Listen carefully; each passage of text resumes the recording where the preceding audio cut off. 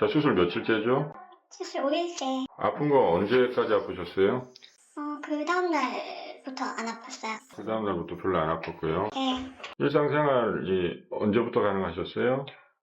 3일째부터 밖에 외출도 잠깐 했었어요. 팔 올려보세요. 불편한 데 있으세요? 아니요, 별로 안 아픈데요. 팔 내려보시고요. 오케이, 좋습니다. 고맙습니다.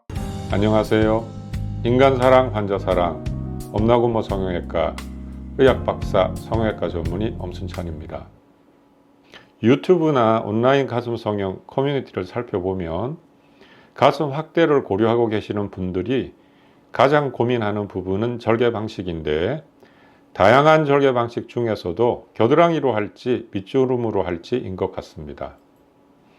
갈등을 하시는 가장 큰 이유는 어쩔 수 없이 생기는 흉터와 통증, 그리고 회복 기간과 연관이 되어 있습니다.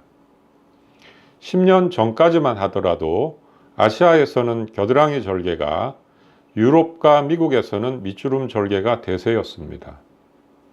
이유는 서양인들은 피부에 흉이 잘 남지 않는 체질인데 반해서 동양인들은 흉이 잘 남는 체질이기 때문에 미용 유니트라고 할 수 있는 유방 자체에 흉이 남는 밑절을 동양인들은 꺼려했기 때문입니다.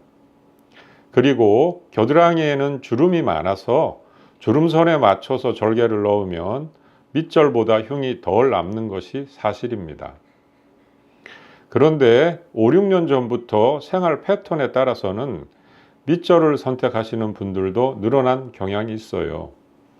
이것은 밑주름 절개가 내시경을 써야 되는 겨드랑이 절개 가슴 확대보다는 기술적으로 쉽고 짧은 시간에 익숙해질 수 있기 때문에 밑주름 절개를 선호하는 젊은 의사 선생님들이 늘어났고, 온라인과 유튜브를 통한 홍보도 많이 하기 때문이라고 생각을 합니다.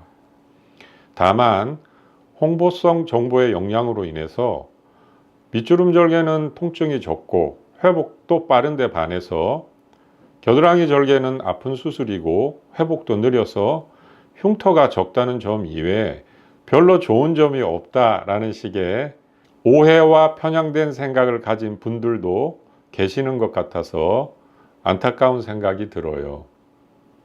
그래서 오늘은 겨드랑이 절개에 대해서 막연한 공포감 때문에 고민하시는 분들을 위해서 겨드랑이 절개의 통증과 회복에 대한 오해와 편견을 풀어드리고자 영상을 만들어 봅니다. 결론적으로 말씀을 드리면 밑절과 겨절의 통증과 회복은 사실은 차이가 없습니다. 그런데 흔히들 겨드랑이 절개는 밑절보다는 가슴방과 거리가 멀어서 박리 범위가 넓으니 당연히 더 아프고 팔 쓰기도 힘이 들 테니 회복도 더 느리다고 생각하기 쉽지요. 또 그렇게 설명하는 의사들도 많은 것 같습니다. 그런데 그것은 반은 맞고 반은 틀리다고 할 수 있어요. 겨드랑이 절개라도 의사가 기술적으로 꼭 필요한 조직만 정확하게 박리에 들어가서 주위 조직 손상을 최대로 줄인다면 통증도 거의 없고 회복도 빠릅니다.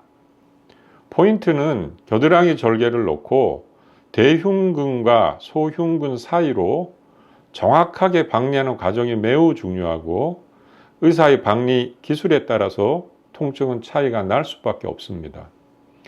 대부분의 의사들이 겨드랑이 절개가 어려운 이유가 내시경을 사용하고 긴 작대기 모양의 도구를 이용해서 먼 곳을 박리하기 때문이라고 하지만, 제가 보기에는 겨드랑이 부위 자체가 박리하기가 쉽지가 않습니다.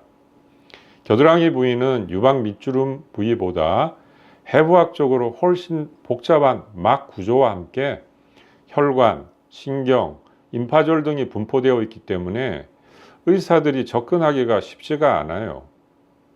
그래서 의사가 해부학적으로 중요한 구조물을 잘 인지하고 이런 구조물을 피해서 출혈 없이 정확한 박리층으로 순식간에 최소 심습으로 들어갈 수 있느냐 없느냐가 포인트가 되는 것이지요. 즉 겨드랑이 절개의 통증과 회복은 다시 한번 강조해서 의사의 박리 기술에 달려 있는 것입니다. 이 사진은 2013년도에 카톨릭 서울 성모병원 주최로 젊은 의사 선생님들을 위해서 가슴 성형 해부 연수회가 있었는데, 제가 겨드랑이 절개 가슴 확대 초청 강사로 수술을 라이브로 시연을 하면서 강연을 했던 그런 사진입니다. 뒤에 보면 많은 선생님들이 이렇게 보고 계시는데, 이제 모니터로도 영상이 흘러나가고, 또 적극적으로 젊은 선생님들이 바로 제 뒤에서 열심히 관찰을 하시더라고요. 이거는 이제 그 라이브 서저리가 끝나고 이제 카데바를 이용해서 실제로 선생님들한테 제가 수술을 이제 지도하고 있는 사진입니다. 해부 연수회가 끝나고 이제 초청 강사들과 참관하신 선생님들과 다 같이 찍은 사진입니다. 이게 저입니다.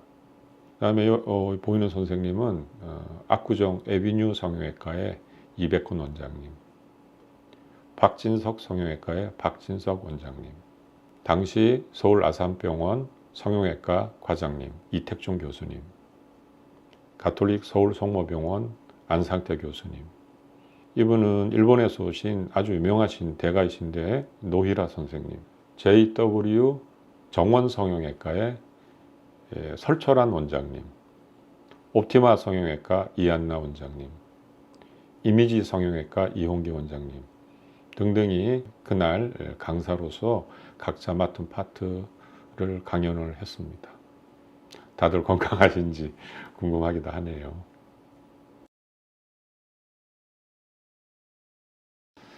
이렇게 5, 6년 전까지만 해도 젊은 이제 의사 선생님들을 위해서 겨드랑이 절개 방법에 대한 학회 강연도 제가 많이 했습니다.